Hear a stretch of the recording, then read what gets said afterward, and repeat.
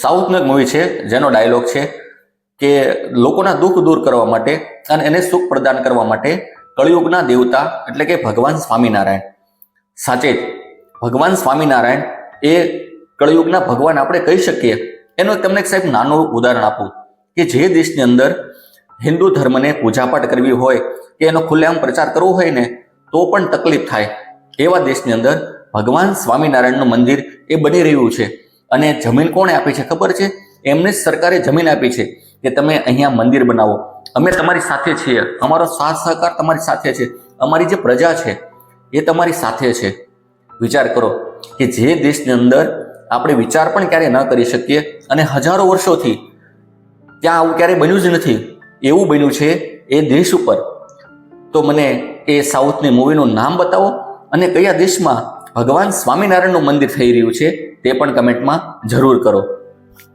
નમસ્કાર.